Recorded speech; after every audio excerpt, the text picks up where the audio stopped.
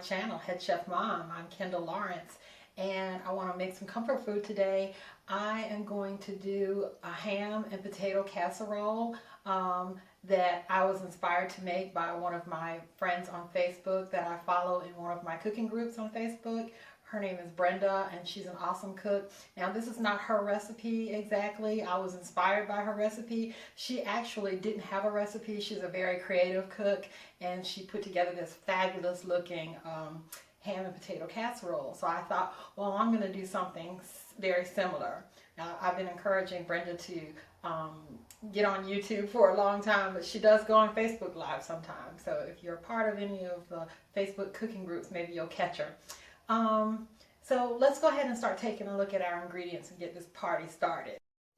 Okay, so here are our ingredients. I have 6 medium to small potatoes. I have about a quarter of a green bell pepper and a red bell pepper chopped up. I have some red onion chopped up. I have some leftover ham, a bone-in ham that we needed to use up. This is already cooked. I have some Monterey Jack cheese. I also have some sharp cheddar that I forgot to put out. I've got some butter.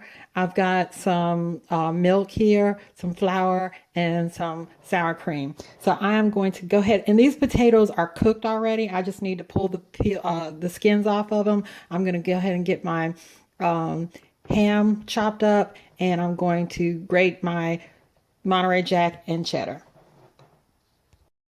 Okay, so I've got a pan going here with my with some butter in it, and I am going to add my vegetables to the pan to saute, along with a ham that I cut up just in random size pieces. Didn't have to be uniform, didn't have to be pretty. And I'm just going to saute this around for a couple minutes. So my ham and my veggies have been going for a couple minutes, and I've softened up my vegetables. And I'm going to go ahead and turn the eye off. And I just cubed up my potatoes, and I did salt and pepper them to taste, and I also added some garlic powder to them. I know that I've got ham in here, and you're probably thinking, well, wow, you know, that's going to be really salty. But potatoes have got to be seasoned. You will be sorry. It will be bland. You will be sorry if you do not season them. So I'm going to get this stirred around, and we'll move on to the next step. So my ham and my potatoes are nicely incorporated, and I'm going to move this off the eye, and I am going to put a pot on the eye, and I'm going to get a roux started so that we can make our cheese sauce.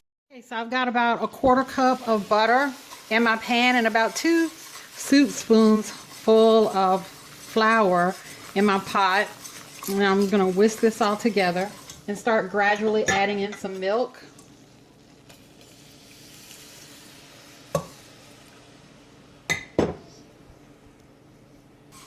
So my roux is thickened up, and I'm going to add some more milk.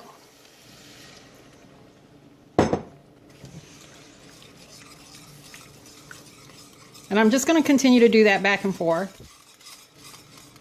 My roux is smooth, but it's still kind of thick, so I'm going to add some more milk.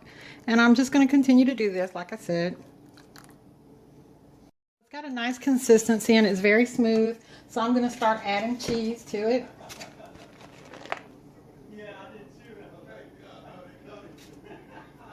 That's the sharp cheddar, and I'm going to add some of the Monterey Jack, and I'm going to whisk.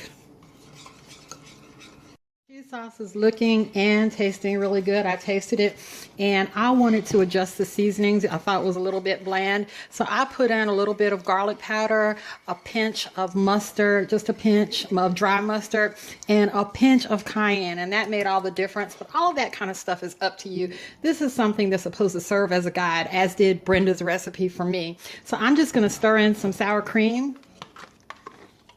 And I just had a little bit of sour cream left, so I thought I'd use it up. You don't have to do this. I think it might add to the creaminess factor. And now I'm going to grease up or butter up a casserole dish, and I'm going to transfer over my ham and potato mixture into the casserole dish and pour over my cheese sauce, and I'll be right back. Okay, so here is my casserole ready to go in the oven, and what I did was I put half of the ham and potato mixture in the casserole dish, and I covered that with some cheese, with the cheese sauce, and then I put the other half and I covered that with cheese sauce. That way I know that there's sauce everywhere. You know, the sauce goes all the way through because it's a kind of deep dish. It's a 2.5 quart casserole and everything fit in there perfectly. I am going to put a cookie sheet under this in case I have a little bit of bubble over. So this is going in a 350 degree oven for about 25 or 30 minutes until it's really brown and bubbly. And then we'll come back and take a taste. Okay guys, here is my finished product, my ham and potato casserole, and it looks amazing. I had it in the oven on 350 for exactly 23 minutes until it got all brown and bubbly.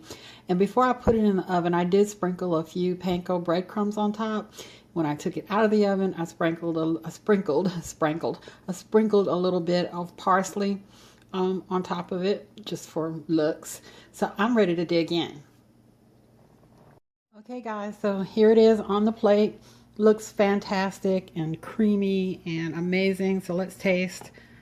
It's got some potato here and some ham.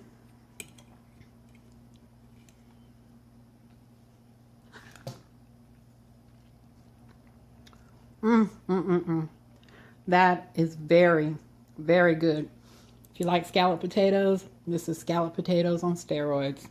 The ham, the veggies in there, it's perfectly seasoned. Please do remember to season those potatoes or it will be bland. I'm telling you, trust me on that one. All right, I hope you like this recipe. And I hope you give me a thumbs up and you comment and you subscribe and you share and you go feed your family. I love you guys. Bye-bye.